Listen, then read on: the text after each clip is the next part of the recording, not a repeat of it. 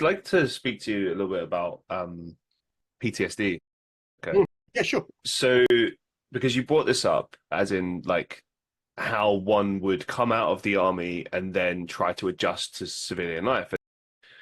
It paints a picture of, as we mentioned before, like being in a constant state of alertness, stress, anxiety. Like to demand that of oneself requires so much energy, and it goes so much further than physicality, isn't it? It's like an emotional demand, and do you know what I mean? Like there's so many things we take for granted in everyday life. Like, oh, when I finish work, I can go sleep and that's fine. Whereas obviously being in the army, it's like you could get bombed at any time. You could get called at any time and you have to be alert as soon as possible. And like the demand from a human being to do that is, I can only imagine. The closest I've seen to that was I was at a bar of mine recently, and there was a guy, he had too many drinks, and it wasn't the first time that he'd been there. But the way his body language was very different. And I think this a lot of the time is the tell for people that have been in the army. And there's different types, as you laid out there. There's people that are not handling it so well, and they're dealing with the stress of it and everything. And maybe they do come across as a bit manic. It depends. You don't know the level of the PTSD that they're dealing with as well, or whatever factors might be at play. This particular individual was in this bar. I guess he'd had too many, I don't know, but he was very emotional, and he was shouting and screaming at the bar manager, and he's ready to hit them. And we were all observing this, and we were waiting for the moment to kind of get him out. And and it was a delicate situation, because it's not the sort of situation where you could really just jump in and be like, oh, you have to judge it well. But also, I remember someone turned to me and had said that, like, oh, he's been in the army. And I think at some point he mentioned that as well.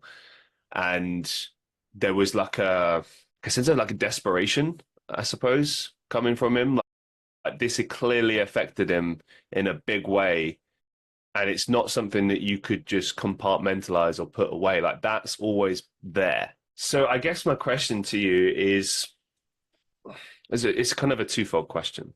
How does the army prepare you for dealing with PTSD? But then also, how did you learn to deal with that? Obviously, you mentioned some of the places you were at, Afghanistan, Iraq. Like, I'm guessing it was during the height of the wars.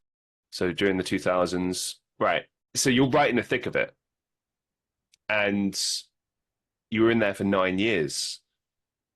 How did you learn to deal with that? How did you get through that? And how in general can, I suppose, former soldiers learn to deal with the realities of war? Yeah. There's a lot in that, isn't there? Yeah. Something I became aware of recently is that there was a knight, medieval knight, who wrote a thing called the Book of Chivalry.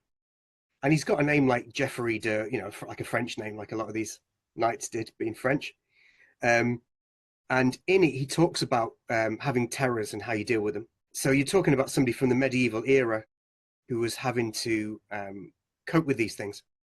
So it's not like it's something which is new or unique to our generation. And obviously we think about the people from the First World War with shell shock, the Second World War, Korea, Vietnam, whatever. It's a very unfortunately common thing. And it doesn't seem to be that there is a panacea which can make sure that from these kind of intense experiences, there is a kind of guaranteed way that you can avoid the worst kind of mental problems afterwards.